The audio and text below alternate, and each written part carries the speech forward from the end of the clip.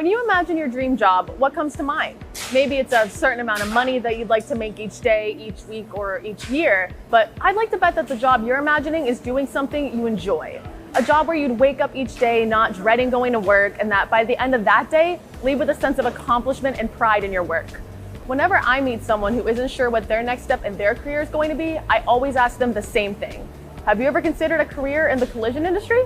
Most of the time, the answer is no, followed by, what is collision? But by the end of our conversation, what I often hear is, that sounds like it would be a great fit for me. I ask them things like, do you want to own a house one day? Or do you plan on starting a family? And what's your dream car? Or where have you always wanted to travel to?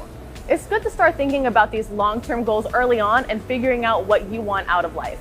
Then ask yourself about how you plan to achieve those goals. And more than likely, the collision industry has the answers. Those long-term goals are within reach sooner than you may think. Here are some commonly asked questions about the collision industry and what technicians already in the industry have to say about them.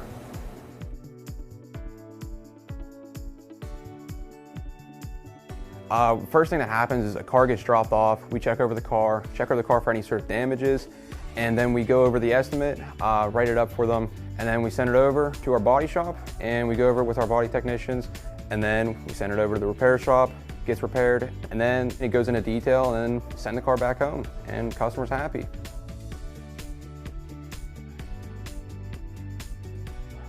On an application, you put, like, you want to do this, they'll try to do their best to put you somewhere that's going to lead you there.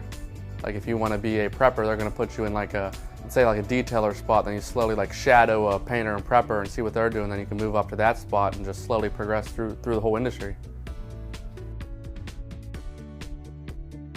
So what type of work-life balance is there in this industry? One thing I could say is a lot better than when I started. We want our team members to go home to their family at a reasonable amount of time. That work-life balance, super important. It can be done in this industry, even though some of us that grew up in it didn't grow up quite that way.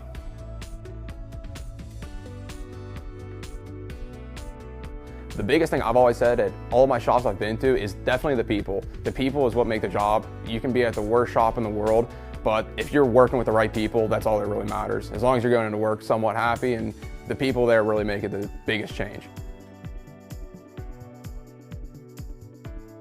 We're moving away from that craftsman mentality to the true technician. The complexity of the vehicles are not going away, so really transforming from that craftsman mentality to the true technician, high-tech technician, is the opportunity of the industry.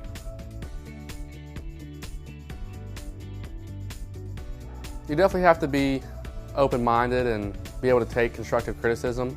Guys in the industry and teachers will teach you everything. But all they want you to do is do good. I was always told, if someone's hard on you, they want you to do good in the industry. As you heard, this industry has a lot to offer. If you want to learn more about a career in the collision industry, click here.